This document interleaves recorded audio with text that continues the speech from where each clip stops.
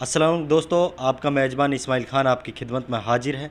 और आज हमारे साथ नगर विधानसभा से खुर्शीद जी मौजूद हैं, जो 3 बार नगर विधानसभा से चुनाव लड़ चुके हैं। तो खुर्शीद जी, आपका बहुत बहुत स्वागत है डीटीवी न्यूज़ चैनल में। जी, नगर विधानसभा पे हम 3 बार चुनाव लड़े पर हम सफल नहीं हो पाए। अब की बार हम माननीय बहन कुमारी मायावती जी के निर्देश से बहुजन समाज पार्टी में हम काम कर रहे हैं। अगर बहुजन समाज पार्टी हमको मौका देगी तो यहाँ नगर में हम अवश्य चुनाव लड़ेंगे। 12 तारीख को हमारा एक कार्यकर्ता सम्मेलन है, जिसमें मान्यवर राम जी गौतम साहब आ रहे हैं, प्रदेश अध्यक्ष बाबा भगवान सिंह बाबा साहब आ रहे हैं, और भी अन्य कई वरिष्ठ नेता आ रहे हैं। उसके लिए हम गांव-गांव जा रहे हैं। कार्यकर्ता सम्मेलन है और जो भी यहाँ पर बसपा की रीति नीतियों पे हम काम कर रहे हैं। बहुजन समाज पार्टी में यहाँ से 2 बार विधायक दिए हैं।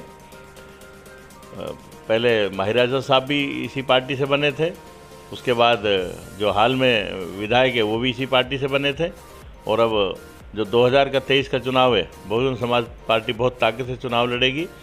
और बहुजन समाज पार्टी जिस भी प्रत्याशी को यहाँ उतारेगी उस पर हमारी पार्टी बहुत मजबूती से उसके लिए काम करेगी। इसलिए कार्यकर्ता सम्मेलन हो रहा है, और जो भी अत्याचार हो रहे हैं दलितों के साथ, उस मुद्दे को भी साथ साथ लेकर चल रहे हैं। अभी जो पाली में जितेंद्र सिंह मेघवाल की जो हत्या हुई, उसमें मामले में भी बहन कुमारी मायावती जी ने राम जी गौतम साहब वहाँ पर आए और बाबा राम हम भी वहाँ पर गए। उसके बाद जब भी इंदर मेघवाल को जो एक राज पुरोहित की मटकी का हाथ लगा दिया तो उस लड़के को पीट कर मार दिया। उसके भी उसमें इस इशू को भी हम लेके जा रहे हैं लोगों में, दलितों के साथ अत्याचार। और जो राजस्थान सरकार है, राजस्थान सरकार एक भेदभाव की नीति जो कर रही है उसके भी हम विरोध में हैं। अभी एक जो कत्ल हुआ था उदयपुर में, उसमें इन्होंने राजस्थान सरकार ने 50 लाख रुपए और 2 नौकरियां दी थी। उसी की तर्ज पे जितेंद्र मेघवाल को भी 50 लाख रुपए 2 उसके परिवार में नौकरी देनी चाहिए। इसी इंद्र कुमार जो गुजरा है, जो बच्चा 9 साल का, उसके परिवार को भी यही देना चाहिए। जो राजस्थान सरकार, अशोक गहलोत सरकार जो भेदभाव की नीति कर रही है, उसके विरोध में हम पूरे राजस्थान में बहुजन समाज पार्टी अपनी बात कह रही है। बाबा साहब का दिया हुआ संविधान, उस संविधान में सबको बराबरी का दर्जा है, हक है, और सरकार जो भेदभाव कर रही है उस भेदभाव के विरुद्ध में हम अपनी बात कहेंगे। पूरे राजस्थान में ये आंदोलन के रूप में चल रहा है।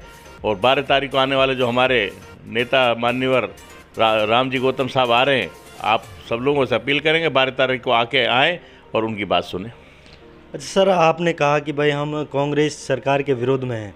सरकार आपके जो 6 नेता हैं उनके ऊपर टिकी हुई है, आपकी पार्टी के नेताओं के ऊपर? नहीं, वो तो सही है, 6 नेताओं के ऊपर टिकी हुई है। पर अब देखिए, देश का दुर्भाग्य, ये यहाँ की बात नहीं है, ये तो पूरे देश में ही है। अमित शाह साहब जी जिस तरीके से लोगों को खरीद फरोख्त किया, अभी महाराष्ट्र में देख लीजिए यही हाल हुआ।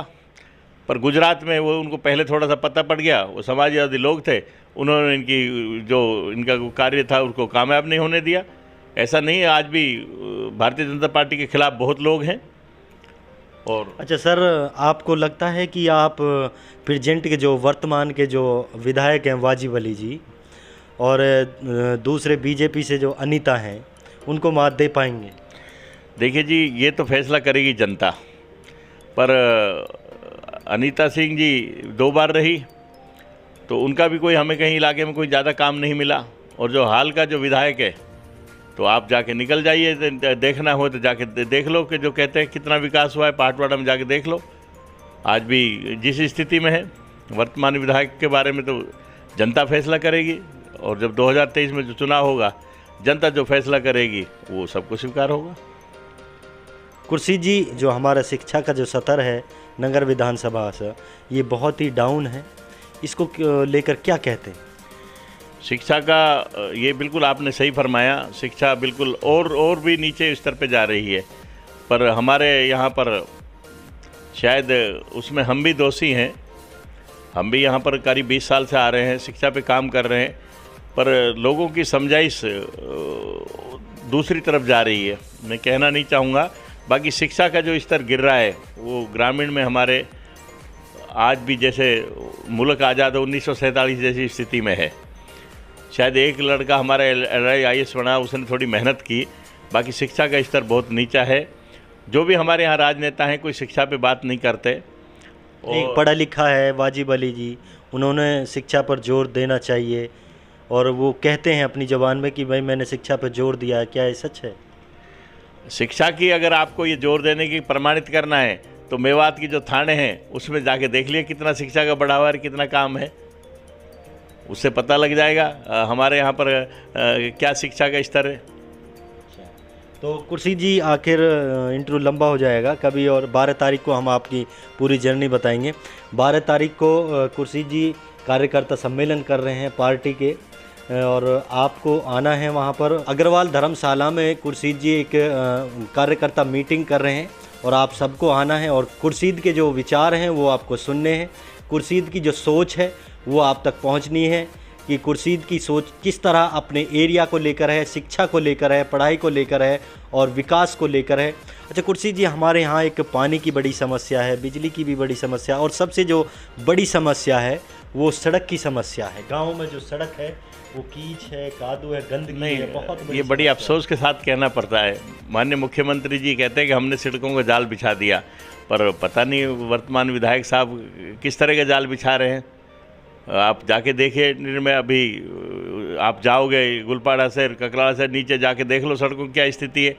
आपकी 1 घंटे में 1 किलोमीटर नहीं चल सकते। पता नहीं, विकास कहते हैं विकास हुआ है, विकास हुआ है, कहीं विकास का कोई नाम नज़र नहीं आ रहा। खुर्शीद जी, जाते जाते आप जनता को क्या संदेश देना चाहते हैं? मैं ये संदेश देना चाहता हूँ, एक तो शिक्षा के ऊपर हमारे लोगों को बहुत ज़्यादा काम करना चाहिए। जो हमारे लोगों ने एक लाइन, जो ट्रैक जो हमारा चल रहा है उस ट्रैक पे नहीं जाना चाहिए। उससे हमारी पीढ़ियाँ बहुत भ्रमित हो रही हैं, और आने वाली पीढ़ी को क्या संदेश देंगे हम। मैं तो वर्तमान विधायक से भी यही कहना चाहता हूँ कि शायद आप, मेरी अपील है उनको इस बात पे ध्यान देना चाहिए। जो सड़कें हैं, पानी है, पानी का, चंबल का पानी का कुछ जगह आया है, पर वो पूर्ति, पर्याप्त मात्रा में पूर्ति नहीं हो पाई चंबल के पानी की। और बिजली की ये स्थिति है। और अगर किसी की एक टंकी भी अगर फूक जाती है और उस टंकी को अगर लेने जाता है किसान, तो उस टंकी के बारे में जब तक वो उसको खुश नहीं कर सकता, उसकी खिदमत नहीं कर सकता, उसको मैं सीधा नहीं कहूँगा, पर जब तक उस जयन को खुश नहीं कर सकता, जब तक वो टंकी नहीं देता, चाहे 4 दिन लग जाए, चाहे 5 दिन लग जाए, पर वो टंकी उसको जब ही मिलेगी जब अय्यन को वो खुश कर देगा। चलिए खुर्शीद जी, बहुत बहुत शुक्रिया आपका। बहुजन समाज पार्टी की जो 12 तारीख को कार्यकर्ता मीटिंग है, उस कार्यकर्ता मीटिंग में आप लोगों को सबको आना है, और जो पार्टी के जो कार्यकर्ता हैं उनके विचार आपको सुनने हैं। खुर्शीद के बारे में आपका क्या ख्याल है? बहुजन समाज पार्टी के बारे में आपका क्या ख्याल है? क्या बहुजन समाज पार्टी खुर्शीद को अगर टिकट दे देती है तो खुर्शीद यहाँ से अपना जो सीट है वो निकाल पाएंगे या नहीं निकाल पाएंगे? आप हमें कमेंट करके बताइएगा।